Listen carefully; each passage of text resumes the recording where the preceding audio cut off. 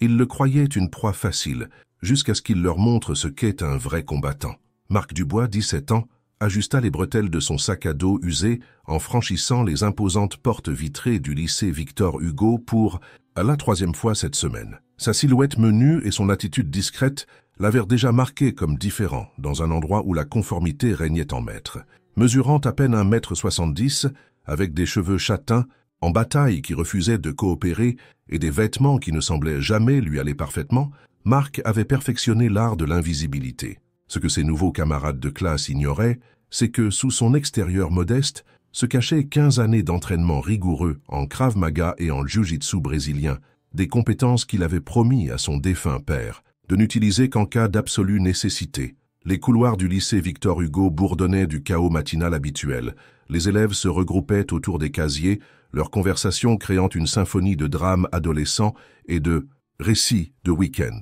Marc gardait la tête baissée, se dirigeant vers son cours de chimie de première heure lorsqu'une épaule le percuta délibérément en voyant ses livres s'éparpiller sur le sol en linoléum poli. « Regarde où tu vas, le bizarre !» ricana Thomas Lefebvre, le roi autoproclamé de la cruauté en première. Du haut de son 1,88 m, avec des cheveux blonds parfaitement coiffés et une assurance qui semblait lui coller à la peau, Thomas attirait l'attention partout où il allait. Ses acolytes, Julien Martin et Benoît Fournier, le flanquaient comme des chiens fidèles, leurs sourires affichant leur empressement à se divertir aux dépens de Marc. Marc ramassa silencieusement ses affaires éparpillées, ignorant les ricanements des élèves qui passaient. « Ça n'en vaut pas la peine », se rappela-t-il, se souvenant des mots de son père sur le choix judicieux des batailles. Il avait appris il y a longtemps qu'attirer l'attention ne faisait qu'empirer les choses, et riposter soulèverait des questions auxquelles il n'était pas prêt à répondre. « Tu as vu ça ?» chuchota Julien assez fort pour que la moitié du couloir l'entende.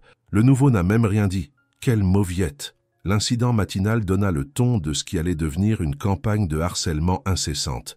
À la cantine pendant le déjeuner, Marc s'assit seul à une table dans un coin, mangeant méthodiquement son sandwich fait maison, tout en observant la hiérarchie sociale qui régissait l'existence adolescente. La table de Thomas occupait un emplacement de choix au centre de la pièce, entouré de pom-pom girls, d'athlètes et de quiconque était assez désespéré pour se prélasser dans la popularité réfléchie. « Hé, le zombie !» appela Benoît, sa voix portant à travers l'espace bondé. « Tu es sourd ou juste stupide ?»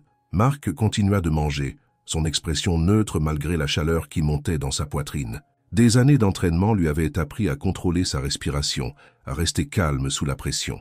Il regarda Thomas se lever, son mouvement provoquant un silence dans les conversations alors que les élèves sentaient le drame approcher. « Je te parle, l'étrange !» annonça Thomas, s'approchant de la table de Marc avec une démarche théâtrale. « Mon ami t'a posé une question. »« Je l'ai entendu, » répondit Marc calmement, sa voix stable malgré l'attention désormais focalisée sur leur interaction. Le visage de Thomas s'assombrit face à ce qu'il percevait comme un manque de respect. Sans avertissement, il attrapa le plateau de Marc et en vida le contenu sur le sol, créant un désordre de restes de sandwich et de lait renversé qui arracha des halètements aux tables voisines. « Oups !» dit Thomas avec une fausse innocence. « On dirait que tu auras faim aujourd'hui. » Marc fixa le repas ruiné, sa mâchoire se serrant presque imperceptiblement. La cantine était devenue silencieuse, des dizaines d'yeux observant pour voir comment il réagirait. Les professeurs étaient assis à leur table de surveillance, apparemment inconscients de la confrontation qui se déroulait à seulement 6 mètres de là. Il se leva lentement, ramassant son plateau vide et se dirigeant vers la zone de débarras sans un mot. Derrière lui, le rire de Thomas résonna dans l'espace, bientôt rejoint par ses partisans et plusieurs autres élèves enhardis par l'absence de conséquences. Le schéma se poursuivit pendant des semaines. En cours de sport, Marc retrouvait ses vêtements trempés par l'eau des douches. Son casier était régulièrement vandalisé avec des messages grossiers et des substances collantes. Pendant les projets de groupe, les partenaires demandaient mystérieusement des changements, le laissant travailler seul, tout en subissant des commentaires chuchotés sur sa prétendue bizarrerie. Malgré tout, Marc garda son calme. Il assistait à ses cours, complétait ses devoirs et ne parlait que lorsqu'on s'adressait directement à lui. Ses professeurs voyaient un jeune homme calme et studieux qui ne causait aucun problème. Ses camarades de classe voyaient une victime trop faible pour se défendre. Ce cas qu'aucun d'eux ne remarqua. Ce furent les changements subtils qui commençaient à se manifester. La façon dont la posture de Marc se redressait progressivement, comment ses yeux commençaient à suivre les mouvements avec une conscience accrue. Le passage presque imperceptible de l'acceptation passive à l'observation active. Sophie Leclerc, une fille de son cours de français, fut la première à le remarquer. Elle avait observé le harcèlement continu avec un malaise croissant, ses propres expériences de harcèlement la rendant sensible aux dynamiques en jeu. « Tu n'es pas obligé de supporter leurs bêtises, tu sais », dit-elle un après-midi alors qu'ils marchaient vers le parking. Marc la regarda surpris par cette interaction inattendue. « Ça va. Non, ça ne va pas, » répondit Sophie avec une douce fermeté. « Mais il y a quelque chose de différent chez toi ces derniers temps, comme si tu attendais quelque chose. » Elle était plus perspicace qu'il ne l'avait cru. Marc avait en effet attendu, espérant que la situation se résoudrait naturellement. Mais Thomas et sa bande escaladaient, leur harcèlement devenant plus audacieux et plus public chaque jour. Les semaines s'étirèrent, avec une intensité croissante. Le groupe de Thomas avait commencé à cibler Marc de manière plus créative, volant ses devoirs et les rendant en retard, convainquant les professeurs remplaçants qu'il était perturbateur, allant même jusqu'à répandre des rumeurs sur ses antécédents familiaux. La guerre psychologique était incessante et méthodique. La mère de Marc avait remarqué les changements à la maison. Il était devenu plus silencieux, plus renfermé, passant de longues heures au sous-sol à pratiquer les formes et techniques que son père lui avait enseignées. Elle avait posé des questions sur l'école, mais Marc avait éludé ses inquiétudes, avec des réponses vagues sur l'adaptation à un nouvel environnement. « Il protège tout le monde en restant silencieux », se disait Marc pendant ses séances d'entraînement nocturnes. Papa disait toujours que la vraie force, c'est de savoir quand ne pas se battre. Mais son père lui avait aussi enseigné les lignes à ne pas franchir, les moments où la retenue devenait de la complicité. La différence entre choisir la paix et accepter la défaite. Le point de rupture arriva un froid jeudi matin de fin octobre. Marc arriva à l'école pour découvrir que son casier avait été forcé pendant la nuit. Ses manuels étaient éparpillés sur le sol, les pages déchirées et les couvertures défigurées aux marqueurs indélébiles. Des objets personnels que sa mère avait emballés étaient détruits, y compris une photographie de son père en uniforme militaire. Cette photographie était irremplaçable. Pour la première fois depuis qu'il avait commencé au lycée Victor Hugo, Marc sentit quelque chose se briser à l'intérieur de son calme soigneusement entretenu. Ses mains tremblèrent légèrement en ramassant la photo endommagée, essayant de lisser les plis là où quelqu'un l'avait délibérément pliée. « Tu cherches ça ?» La voix de Thomas vint de derrière lui, moqueusement douce. Marc se retourna pour voir Thomas tenant un morceau de photographie déchiré, le coin qui contenait le visage de son père. Julien et Benoît le flanquaient comme d'habitude, leurs expressions jubilatoires anticipant le divertissement. « Rends-la » dit Marc, sa voix basse et dangereuse. « Quoi ? Je n'entends pas le marmonneur » railla Thomas, tenant le fragment de photo plus haut. « C'est ton papa ? Je parie qu'il est super fier d'avoir élevé une telle mauviette. » Les mots frappèrent, comme des coups physiques, mais Marc se força à rester immobile. La violence n'était pas la réponse. Elle ne l'était jamais. Son père lui avait enseigné que la force signifiait protéger les autres, pas prouver des points par l'agression. « S'il te plaît » dit Marc calmement. « Rends-la juste. » Le sourire de Thomas s'élargit à ce qu'il percevait comme de la supplication.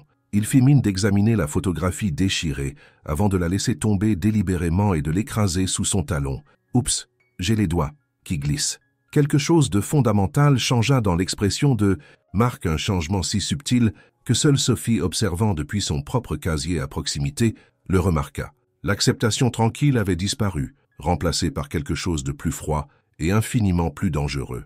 Mais Marc n'agit toujours pas, pas encore. Le harcèlement atteignit de nouveaux sommets les jours suivants. Thomas et sa bande, hardis par la passivité continue de Marc, commencèrent à organiser des humiliations publiques avec une fréquence croissante. Ils le coinçaient dans les couloirs, lui faisaient tomber ses livres des mains dans les zones bondées et faisaient des commentaires bruyants sur son apparence et sa situation familiale. D'autres élèves commencèrent à remarquer, mais pas de la manière dont Marc l'avait espéré. Au lieu de sympathie ou de soutien, il détecta un mélange de pitié et de mépris. Il était devenu la victime désignée de l'école, un rôle qui semblait satisfaire un besoin tacite dans l'écosystème social. « Pourquoi ? Tu ne te défends pas ?»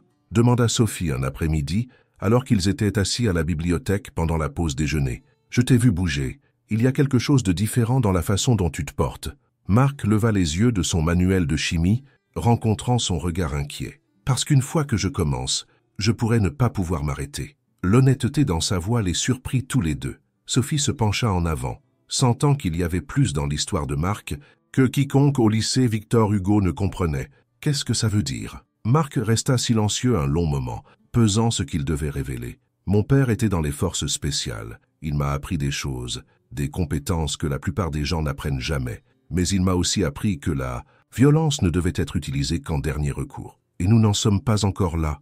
Marc considéra la question attentivement. J'espère toujours qu'ils vont se lasser et passer à quelqu'un d'autre. Sans ils ne le feront pas, dit Sophie avec certitude. Des gars comme Thomas ne se lassent jamais. Ils ne font qu'escalader jusqu'à ce que quelqu'un les arrête. Ces mots se révélèrent prophétiques. Le harcèlement atteignit son paroxysme la semaine suivante pendant la pause déjeuner. Marc était assis à sa table isolée habituelle, mangeant en silence, tandis que la cantine bourdonnait de l'énergie adolescente typique. Il s'était habitué aux regards et aux commentaires chuchotés, à la façon dont les conversations se taisaient lorsqu'il passait près de certains groupes. Thomas se leva de sa table avec une cérémonie théâtrale, attirant l'attention de l'autre bout de la pièce. Il avait préparé quelque chose de spécial. Marc pouvait le dire à la façon dont ses acolytes continuaient de jeter des coups d'œil et de ricaner. « Salut tout le monde !» annonça Thomas bruyamment, sa voix portant au-dessus de la foule du déjeuner. « Je pense que notre bizarre résident a besoin d'aide avec ses compétences sociales. » Un silence tomba sur la cantine alors que les élèves se tournaient pour regarder le spectacle que Thomas avait prévu. Les professeurs restaient absorbés dans leur propre conversation, soit inconscients, soit peu disposés à intervenir. Thomas s'approcha de la table de Marc avec une démarche exagérée, suivie de près par Julien et Benoît. Dans sa main, il portait quelque chose qui glaça le sang de Marc. Un couteau. Pas grand, peut-être 10 centimètres d'acier, mais indubitablement réel et dangereux. « Tu sais quel est ton problème, le psychopathe ?» dit Thomas, sa voix assez forte pour que toute la cantine l'entende. « Tu crois que tu es meilleur que tout le monde. Tu te promènes tout calme et mystérieux, comme si tu étais une sorte de dur à cuire. » Marc resta parfaitement immobile,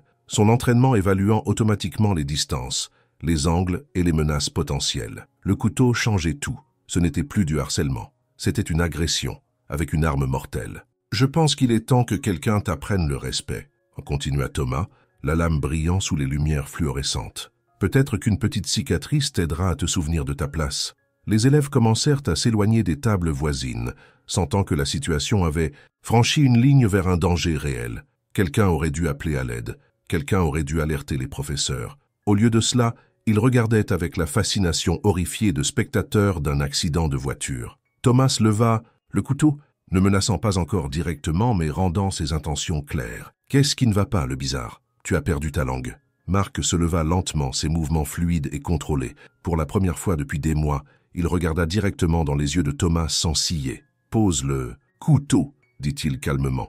Thomas rit enhardi par ce qu'il percevait comme du désespoir. « Ou quoi? Tu vas le dire à ta maman? Dernier avertissement. » Répondit Marc, sa voix portant une qualité qui fit reculer de plusieurs pas plusieurs élèves à proximité. Thomas s'élança en avant avec le couteau, visant l'épaule de Marc dans ce qu'il entendait probablement comme un geste menaçant, plutôt qu'un coup mortel. Il s'attendait à la panique, aux supplications, ou au moins à une tentative de fuite. Ce qu'il obtint à la place, ce furent 15 années d'entraînement au combat déchaîné avec une précision chirurgicale. Marc bougea comme de l'eau, contournant l'attaque maladroite avec une économie de mouvement qui semblait presque chorégraphiée. Sa main gauche captura le poignet de Thomas, contrôlant l'arme tandis que sa droite délivrait une frappe à main ouverte au centre de la poitrine de Thomas, qui l'envoya tituber en arrière. Le couteau cliqueta sur le sol, alors que Thomas haletait, choqué par le renversement soudain de pouvoir. Marc enchaîna avec un balayage qui fit perdre l'équilibre à Thomas, en voyant l'agresseur potentiel s'écraser sur le sol de la cantine.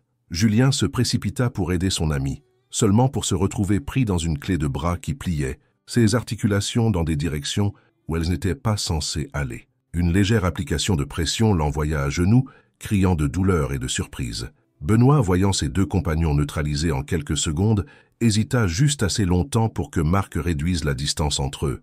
Un simple fauchage de hanche envoya Benoît s'étaler sur une table vide, envoyant des plateaux et de la nourriture abandonnée voler dans toutes les directions. La séquence entière dura peut-être 10 secondes, mais la cantine était devenue complètement silencieuse, à l'exception des gémissements de la bande de Thomas.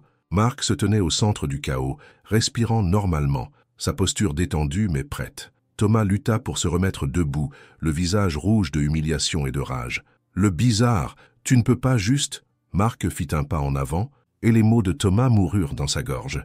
Il y avait quelque chose dans les yeux du garçon tranquille maintenant, quelque chose qui promettait des conséquences pour toute agression future. « Tu as apporté un couteau à l'école, » dit Marc calmement, sa voix portant clairement à travers la cantine silencieuse. « Tu as menacé de me couper devant 50 témoins, et tu as détruit la photographie de mon père. » Il ramassa le couteau tombé, l'examinant brièvement, avant de le poser sur une table voisine, où les professeurs le trouveraient facilement. « J'ai essayé d'éviter ça, » continua Marc, s'adressant non seulement à Thomas, mais à toute la pièce. « Je suis venu ici en voulant m'intégrer, me faire des amis, avoir une année de terminale normale, mais vous ne l'avez pas permis. » Thomas ouvrit la bouche pour répondre, mais Marc leva une main pour le silence. « Je ne vais pas te faire de mal, dit-il.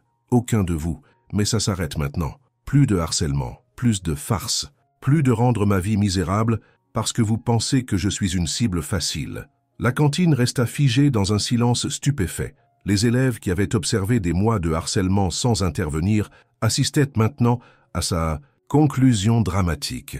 Certains semblaient honteux de leur inaction précédente. D'autres semblaient émerveillés par la révélation soudaine des capacités de Marc. Sophie, qui avait regardé toute la confrontation avec de grands yeux, s'avança de sa position près du mur. « Marc, » dit-elle doucement, « où as-tu appris à faire ça ?» Marc la regarda, puis la foule d'élèves toujours figés sous le choc. « Mon père était dans les forces spéciales.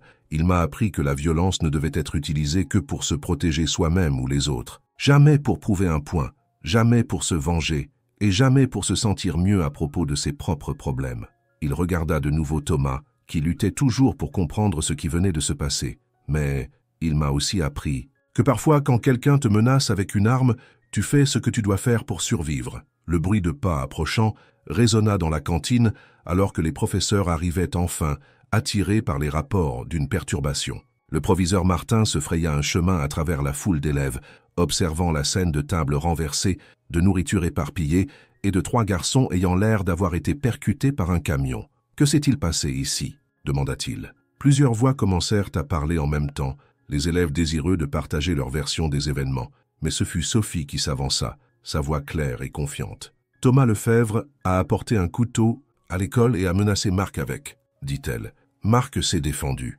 L'expression du proviseur Martin s'assombrit lorsqu'il aperçut le couteau sur la table où Marc l'avait posé. Ce n'était plus un drame adolescent typique, c'était une affaire criminelle sérieuse qui impliquerait des rapports de police et d'éventuelles exclusions. Dans les heures qui suivirent, des déclarations furent recueillies et les enregistrements de sécurité examinés. L'épreuve était accablante et sans ambiguïté. Thomas avait initié la confrontation, apporté une arme à l'école et proféré des menaces verbales devant des dizaines de témoins. La réponse de Marc avait été mesurée et défensive, n'utilisant que la force nécessaire pour neutraliser la menace. L'histoire de ce qui s'était passé à la cantine se répandit au lycée Victor Hugo, comme une traînée de poudre. Les enregistrements de sécurité confirmèrent les récits des élèves, montrant l'attaque non provoquée de Thomas et la réponse mesurée de Marc.